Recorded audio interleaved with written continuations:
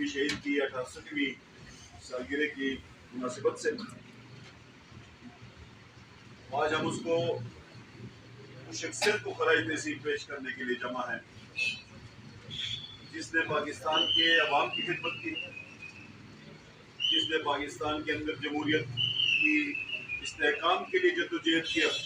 बीबी शहीद के फलसफे को मद्देनजर रखते हुए हमने इस पाकिस्तान के अंदर जमहूरी इस्तेहकाम के लिए जद्दोजहद करना है। जमहूरियत के जड़ों को मजबूत करने के लिए हमने जद्दोजहद करना है। आज उस कैद का सालगिरह मनाने के लिए हम यहाँ जमा हुए हैं जिसने इस धरती के अंदर पाकिस्तान के परचम को लहराने के लिए कुर्बानी दी। उस कैद को याद करने के लिए हम यहाँ पे जमा हैं। जद्दोजहद होती है हमेशा कि पाकिस्तान के अवाम खुशहाल हों, अवाम की खुशहाली के लिए हम जद्दोजहद करते हैं, अवाम की खुशहाली के लिए हम खड़े होते हैं, अवाम के हकूक के लिए हम हमेशा से पार्टी के प्लेटफॉर्म को लेके आगे चलते हैं। इसमें कोई शक नहीं है कि आज पाकिस्तान का जमहूरी निज़ाम अपने उस आखिरी दर्जे पे है। शायद कि उसको हम जमहूरी उसूलों के ऊपर परखें तो शायद उसको जमहूरी निज़ाम ना कहा जाए, लेकिन बावजूद उसके जमहूरी जद्दोजहद जो हमारे कायदीन ने हमें सिखाया है, हमारी क़यादत ने हमें दिया है, तो पाकिस्तान पीपल्स पार्टी ने 16 सीटों के साथ भी असेंबली के अंदर अपोजिशन को जारी रखा। बीबी शहीद ने 16 सीटों के साथ भी पाकिस्तान के अंदर जमहूरी उसूलों को मद्देनजर रखते हुए अपना किरदार अदा किया। हमारे सामने पीपल्स पार्टी अपोजिशन में होती है तो भी अपोजिशन का किरदार पाकिस्तान पीपल्स पार्टी की क़यादत ने दिया हुआ है, उसके ऊपर हम चलते हैं। इंशाअल्लाह वर्करों के जज्बात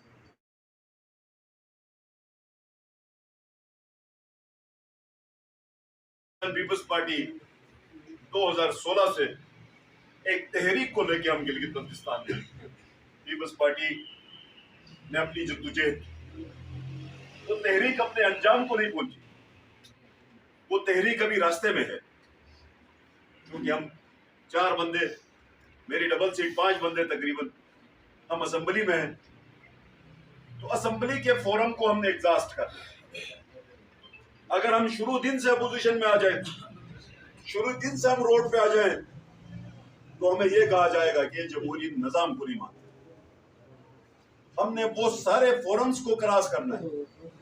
इस वक्त वर्करों का के जज्बात का जो लेवल बढ़ गया है, हमें एहसास है इस बात का कि हमने आपको वो फोरम्स नहीं दिए, क्योंकि हमने आपको एक्टिविटीज नहीं दी, हमने आपको एंगेज नहीं किया। आपको एंगेज नहीं करने की बुनियादी वजह यह थी कि हमने असेंबली को एंगेज किया, हमने उस फोरम को एंगेज किया, एक एक डॉक्यूमेंटेशन हमने की है, एक एक कागज के ऊपर हमने काम किया। जिस दिन हम असेंबली में पहुंचे हैं, हलफ लेने के 3 दिनों के अंदर हमने आके मलकियत का बिल असेंबली में जमा कराया, जो कि कमिटमेंट है गिलगित बल्तिस्तान के अवाम के साथ। उस असेंबली के अंदर पेश शुदा बिल के साथ आज जो गिलगित बल्तिस्तान हुकूमत के बुज़रा जो खेल खेल रहे हैं, जो स्पीकर साहब हमारे साथ जो कुछ कर रहे हैं, ये पूरी एक स्टोरी है।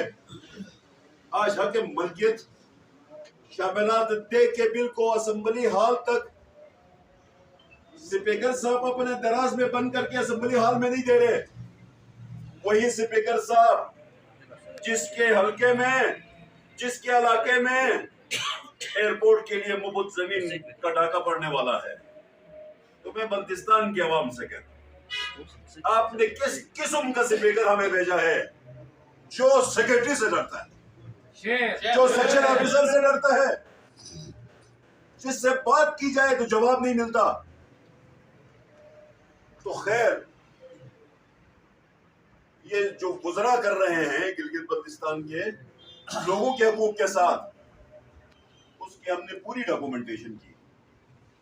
अब उस डॉक्यूमेंटेशन के बाद जब हम उस फोरम को हम एग्जॉस्ट करेंगे तो फिर लामहला दूसरा कदम दमादम मस्त कलंदर कर, आपको भी एंगेजमेंट मिलेगी, आपको भी मसरूफियत मिलने वाली है।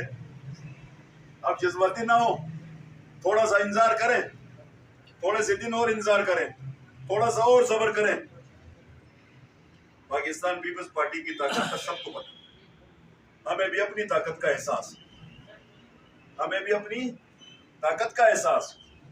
ये ऐसी हुकूमत नहीं है जो कि अवाम से मैंडेट लेके आई है, ये एक अरेंजमेंट है। किसी की जरूरत थी, जिन लोगों ने, जिन ताकतों ने जरूरत के हिसाब से इनको लाया था, वो भी परेशान, वो भी हैरान, उनको भी ख्याल आ गया कि हमारे साथ जुल्म हुआ, पाकिस्तान पीपल्स पार्टी के साथ जुल्म हुआ। 3 रातों में हमारी 7 सीटें हमसे उठाई गई, सिर्फ आखिरी 3 रातों में हमारी 7 सीटें हमसे उठाई गई, और एक कठपुतली राज को गिलगित बल्तिस्तान की आवाम ने मुसलत। ये कठपुतली राज इस वक्त यहाँ पे मुसलत, इसमें पीटीआई का मैंडेट क्या है? पाकिस्तान तहरीक इंसाफ के पास कितनी सीटें थी? 7, जो इनके पास भी बल्ले के निशान पे आई थी, बाकी सारे तो बल्ले के निशान पे नहीं है। अब ये समझते हैं कि हम फला का इलाके का बजट काटेंगे तो इस बजट काटेंगे। भाई आप ये शौक भी पूरा करो, आप बजट कटौती का भी शौक पूरा करो। हम ये समझते हैं कि हमने इब्तिदा नहीं की, ये हम रिकॉर्ड पर रखना चाहते हैं कि पाकिस्तान पीपल्स पार्टी ने इब्तिदा नहीं की, आज फिर बोलना चाहते हैं। 2 दिन अभी है कि हम अपने पॉलिसी का ऐलान करें। अभी भी हम इब्तिदा नहीं करना चाहते, अभी भी हम असेंबली को ताले नहीं लगाना चाहते, अभी भी हम असेंबली को मछली मंडी नहीं बनाना चाहते, अभी भी हम असेंबली के अंदर कुर्सियां चलाना नहीं चाहते, अभी भी हम असेंबली को का घेराव नहीं चाहते, अभी भी नहीं चाहते। लेकिन इसका मतलब ये नहीं है कि हम जिस तरह हम माहौल चाहते हैं, जो कि अपोजिशन माहौल को खराब करना चाहती है। यहाँ पे एक अजीब सा निजाम है, हुकूमत माहौल को खराब करना चाहती है, अपोजिशन माहौल को खराब नहीं करना चाहती, लेकिन हुकूमत माहौल को खराब करना चाहती है। तो जब हुकूमत गिलगित बल्तिस्तान के अमन को खराब करना चाहती है, जब गिलगित बल्तिस्तान के सियासी उस जो अभी माहौल बना है उसको खराब करना हुकूमत चाहेगी, तो अपोजिशन की क्या गलती? जब आप उस अपोजिशन को दीवार से लगाएंगे तो दीवार पे लगने के बाद अपोजिशन के पास कोई काट नहीं, फिर अब अपोजिशन अवाम में जाएगी, फिर जब अवाम में जाएगी तो फिर आपको पता जाएगा कि अवाम में जाना क्या होता। तो अभी भी उम्मीद ये है, क्योंकि हम अगर अदालत में गए बगैर अवाम में जाते ये भी एक सवाल होता, इसलिए हम अदालत में गए, और हमें गिलगित बल्तिस्तान की अदालतों पे पूरा यकीन कि हमें अदालत से इंसाफ मिलेगा, हमें अदालत से इंसाफ मिलेगा, और हम अदालत से अपना हक लें, अवाम का हक। ये कोई कल से एक बातें हो रही है, ये गिलगित बल्तिस्तान की असेंबली का मेंबर का कोई डेवलपमेंट बजट नहीं होता, ये हम नहीं मानते। ये जो गिलगित बल्तिस्तान है, इसके ऊपर खर्च होने वाला बजट रियासत का है। रियासत का बजट गिलगित बल्तिस्तान के अवाम के लिए मुख्तस होना चाहिए। पीटीआई अपनी तरफ से कोई बजट दे दे, इमरान खान चीफ मिनिस्टर साहब को वहां से कोई स्पेशल पैसा भेज दे, तो वो बेशक अपने मेंबरों में तकसीम करे, हम इतराज नहीं। लेकिन रियासत का बजट एक जमात के ऊपर खर्च करने की जब बात आएगी तो फिर दूसरी जमात खड़ी हो जाएगी। तो जब दूसरी जमात खड़ी होगी तो सूरत हाल बहुत ज्यादा गंभीर होगी। अभी भी वक्त है, बेहतर यही है कि इस मसले को की अहमियत को समझा जाए, इसकी हसासियत को समझा जाए। हम सबको पता है इस गिलगित शहर में पूरे गिलगित शहर में पानी की किल्लत, और गिलगित शहर के पानी की स्कीम को काटा गया। गिलगित शहर के पानी की स्कीम को काटा गया। अब पानी की सहूलत मुयसर ना हो और गिलगित के शहरी आराम से घर में बैठे, ये तो नहीं हो सकता। हमारी माएं, हमारी बहनें, हमारे भाई रोजाना की बुनियाद पे एहतिजाज कर। कोई हफ्ता पहले कोमर में हमारी बहनों ने एहतिजाज किया, पानी नहीं है तो घरों में क्या करें। तो इस तरह के ब्लंडर्स हुए। उस तरह के मामला के ऊपर कोशिश हम ये कर रहे हैं कि मामला फहमी से इस मसले को आगे लेके चले। दूसरी बात यह है कि हमारे कुछ मुकदमात पेंडिंग, हमारे कुछ इलेक्शन पिटीशंस पेंडिंग, उनकी क्या पराक्रम।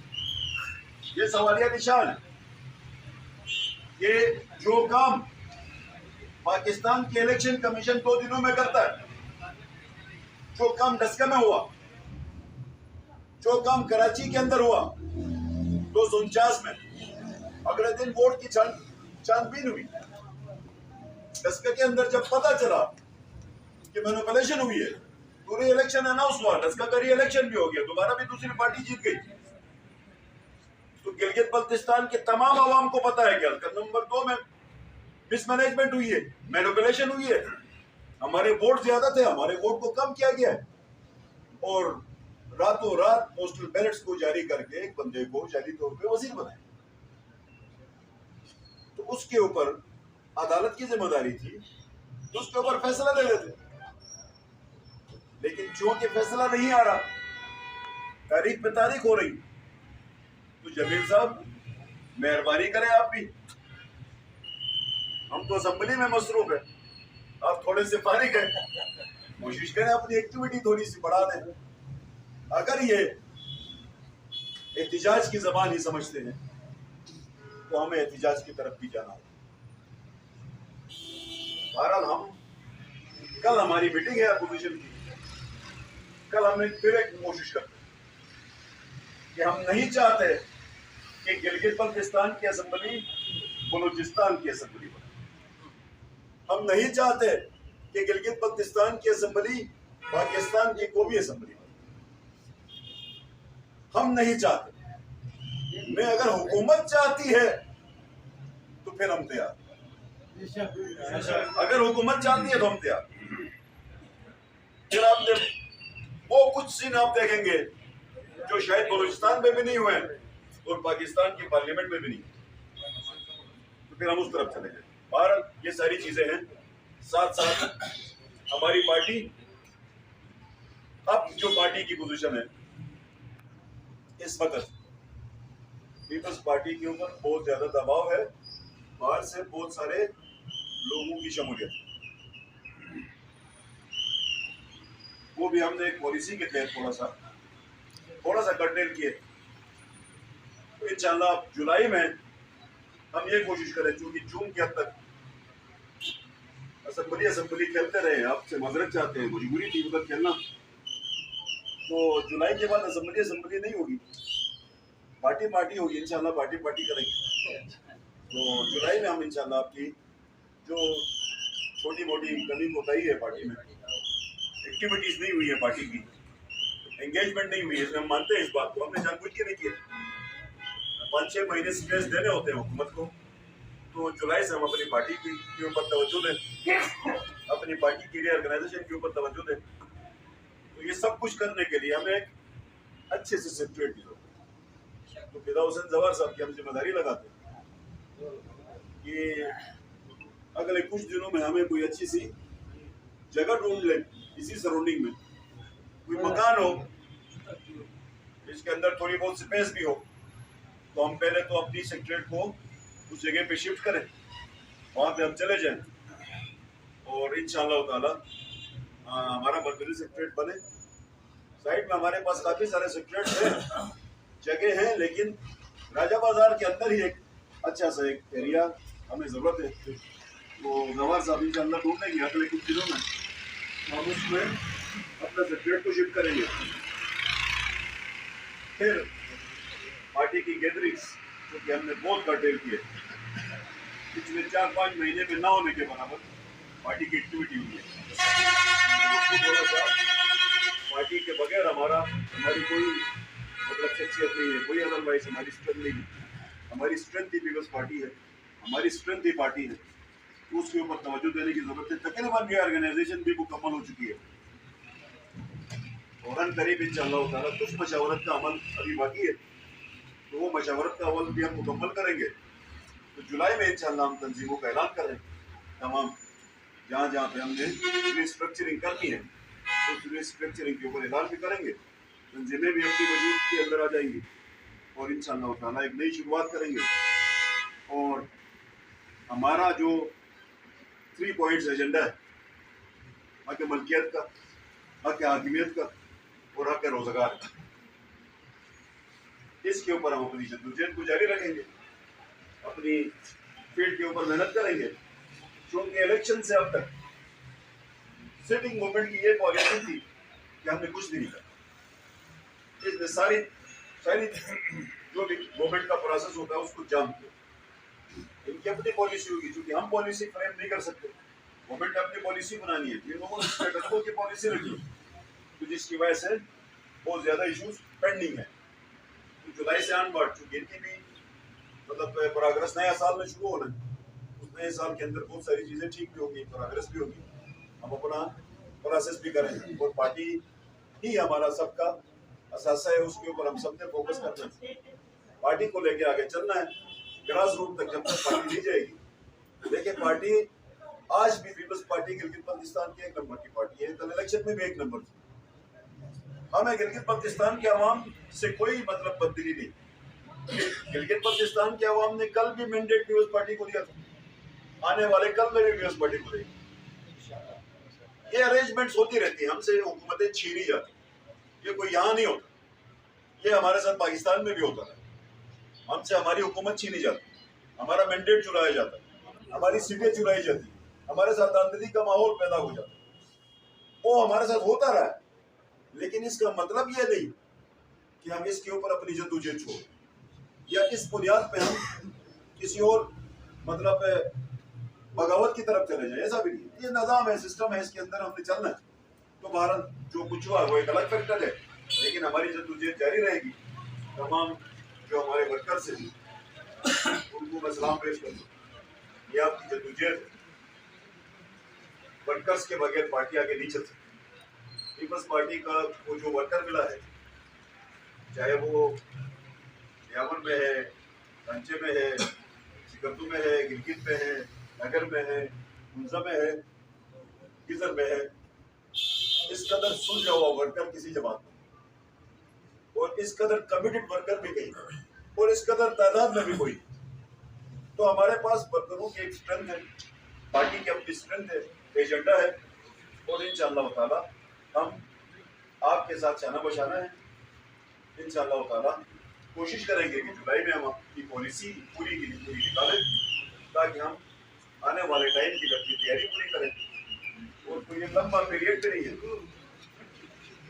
2.5 साल का म्याद है, तकरीबन साल हो गया, तो रहता है 1.5 साल।